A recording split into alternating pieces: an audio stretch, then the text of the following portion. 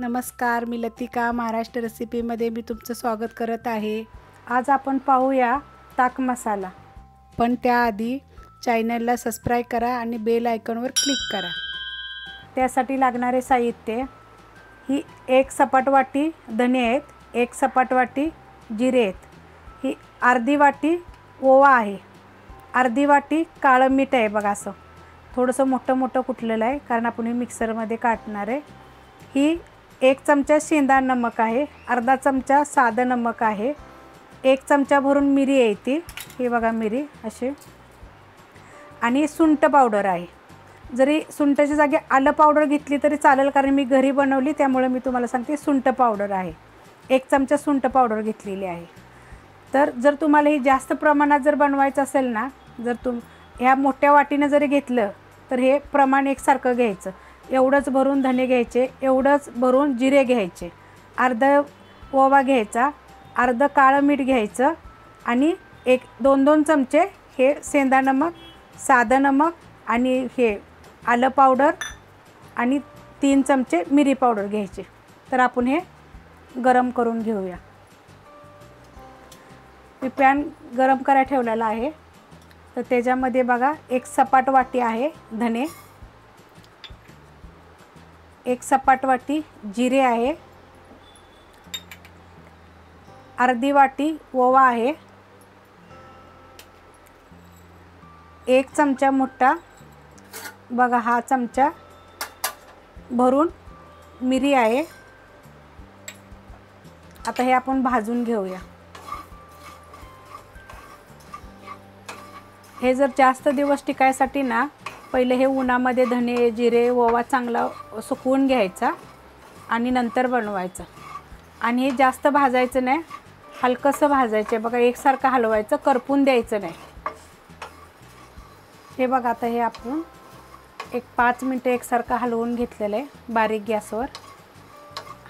धन्याचा आपला जिऱ्याचा चांगला वास सुटलेला आहे, ओव्याचा भाजलेला, एकसारखं चांगलं हलवून घ्यायचं, चांगलं भाजून घ्यायचं बघा। हे बघा आपलं आता भाजलेलं आहे। मी गॅस बंद करते आणि आपण हे थंड झाल्यानंतर बारीक करायचं। हे बघा आता हे आपलं थंड चांगलं झालेलं आहे।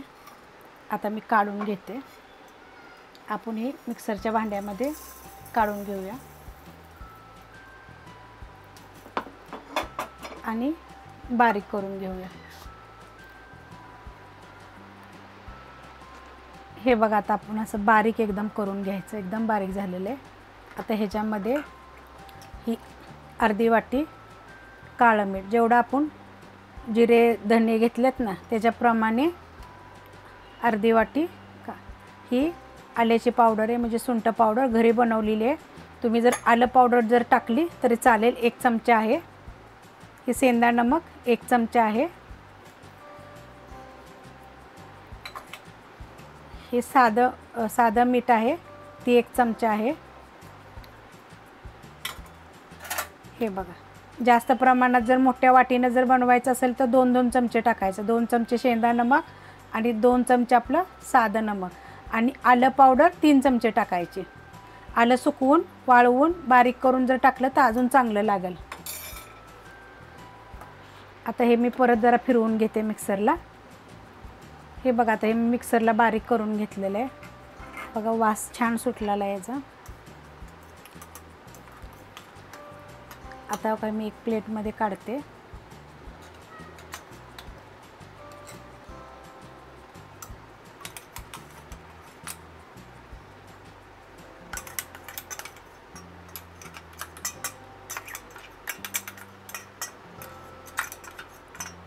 आता हा मसाला कसा टाकायचा, 4 ग्लाससाठी जर तुम्ही हे जर ताक बनवलं तर हे 1.5 चमचा पावडर टाकायची बघा, थोडंसं पुदिना टाकायचा, 1.5 चमचा टाकायचे पावडर, तर 1.5 चमच्यामध्ये भरपूर होतं आणि छान लागेल चवीला। आणि एक चिमूटभर वाटलं तर हिंग पावडर पण टाकायची। जर हा ताकाचा मसाला जर आवडला तर लाईक करा, सबस्क्राईब करा, कमेंट करा आणि शेअर बी करा।